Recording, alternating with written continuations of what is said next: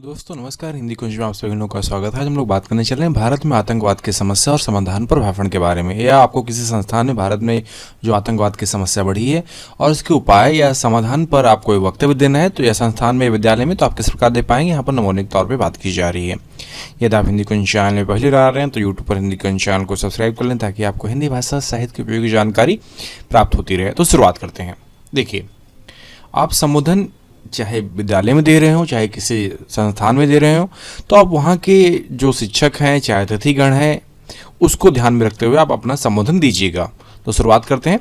माननीय अतिथिगण, शिक्षकगण, मेरे प्यारे साथियों और आदरणीय श्रोताओं, आज मैं आप सभी के समक्ष एक गंभीर और संवेदनशील विषय पर अपने विचार रखने जा रहा हूँ जो है भारत में आतंकवाद की समस्या और उसका समाधान।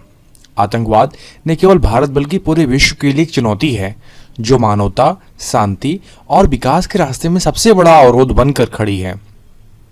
भारत जो अपनी सांस्कृतिक विविधता, अहिंसा और सहिष्णुता के लिए विश्व भर में जाना जाता है, पिछले कई दशकों से आतंकवाद के दंश को झेल रहा है। यह एक ऐसी बीमारी है जो समाज के ताने बाने को छिन्न भिन्न करती है, लोगों के मन में डर, अविश्वास और असुरक्षा की भावना को जन्म देती है। लेकिन इस समस्या का सामना करने के लिए हमें न केवल इसके कारणों को गहराई से समझना होगा बल्कि इसके समाधान के लिए एक समग्र और दीर्घकालिक दृष्टिकोण को भी अपनाना होगा। आतंकवाद का स्वरूप भारत में समय के साथ बदलता रहा है। यह कभी सीमा पार से प्रायोजित हिंसा के रूप में सामने आता है तो कभी धार्मिक, सामाजिक और वैचारिक उग्रवाद के रूप में। जम्मू कश्मीर जैसे क्षेत्रों में आतंकवाद ने लंबे समय तक स्थानीय लोगों के जीवन को प्रभावित किया है। वहीं दिल्ली, मुंबई, बेंगलुरु जैसे महानगरों में बम विस्फोटों ने पूरे देश को झकझोर कर रख दिया है। आतंकवाद केवल हिंसक घटनाओं तक ही सीमित नहीं है। यह एक ऐसी विचारधारा है जो कि युवाओं के दिमाग को भटकाने, समाज में विभाजन पैदा करने और भारत में शांति को नष्ट करने का काम करती है। इसके पीछे कई कारण हैं। पहले तो है सीमा पार से होने वाला आतंकवाद जो कुछ देशों द्वारा प्रायोजित किया जाता है ताकि भारत की स्थिरता को कमजोर किया जा सके। दूसरा, सामाजिक और आर्थिक असमानता, बेरोजगारी और शिक्षा की कमी जैसे मुद्दे युवाओं को गलत रास्ते पर ले जाते हैं। इसके अलावा धार्मिक कट्टरता और गलत प्रचार भी आतंकवाद को बढ़ावा देने में महत्वपूर्ण भूमिका निभाते हैं। आतंकवाद का प्रभाव केवल शारीरिक नुकसान तक सीमित नहीं है। यह समाज के मनोबल को तोड़ता है, आर्थिक विकास को बाधित करता है और लोगों के बीच अविश्वास पैदा करता है। जब कोई आतंकी हमला होता है तो न केवल निर्दोष लोग अपनी जान गंवाते हैं बल्कि पूरे देश में भय का माहौल बन जाता है। पर्यटन, व्यापार और निवेश जैसे क्षेत्रों पर भी इसका नकारात्मक प्रभाव पड़ता है। सबसे दुखद बात यह है कि आतंकवाद समाज को धर्म, जाति और क्षेत्र के आधार पर बांटने का काम करता है, जिससे हमारी एकता और अखंडता को खतरा पैदा होता है। लेकिन क्या हम आतंकवाद के सामने हार मान लें? क्या हम इस चुनौती को स्वीकार करके इसे जड़ से खत्म करने का संकल्प नहीं ले सकते? मेरा मानना है कि भारत जिसने गांधी जी के अहिंसा के सिद्धांतों से आज़ादी हासिल की, वह आतंकवाद जैसी समस्या का सामना करने में पूरी तरह से सक्षम है। इसके लिए हमें एक बहुआयामी दृष्टिकोण अपनाना होगा। सबसे पहले हमें अपनी सुरक्षा व्यवस्था को और अधिक मजबूत करना होगा। आधुनिक तकनीक, खुफिया तंत्र और प्रशिक्षित सुरक्षा बलों के माध्यम से हम आतंकी गतिविधियों को समय से पहले ही रोक सकते हैं। लेकिन केवल सैन्य कार्रवाई या पुलिस बल पर्याप्त नहीं है। आतंकवाद को खत्म करने के लिए हमें इसके मूल कारणों पर ध्यान देना होगा। शिक्षा और जागरूकता इस दिशा में सबसे बड़ा हथियार है।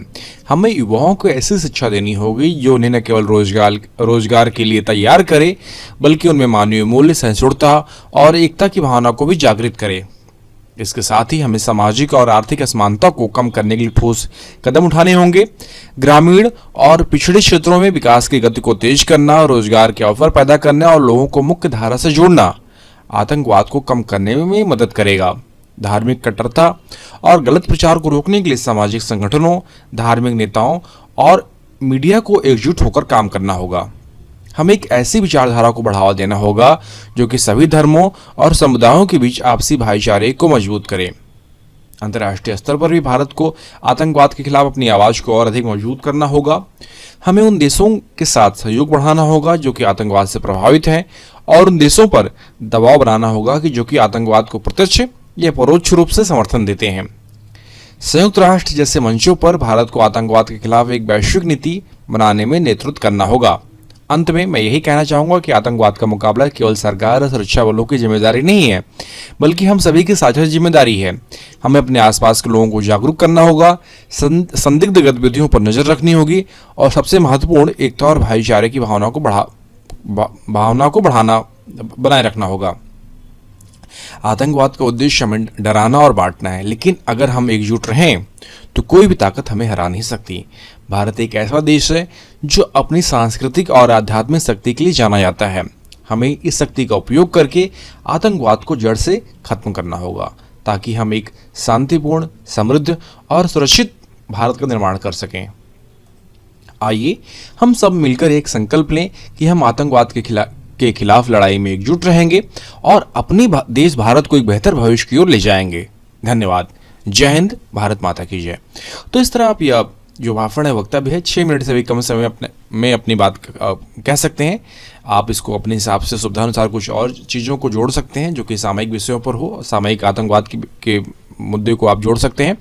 तो आशा करता हूँ कि यदि भाषण आपको लिखित रूप में चाहिए तो नीचे डिस्क्रिप्शन बॉक्स में लिंक दिया गया है, जहाँ पर जाकर आप भारत में आतंकवाद की समस्या और समाधान पर भाषण लिखित रूप में प्राप्त कर सकते हैं। आशा करता हूँ वीडियो आप सभी के लिए उपयोगी सिद्ध होगा। वीडियो देखने के लिए आप सभी का बहुत बहुत धन्यवाद।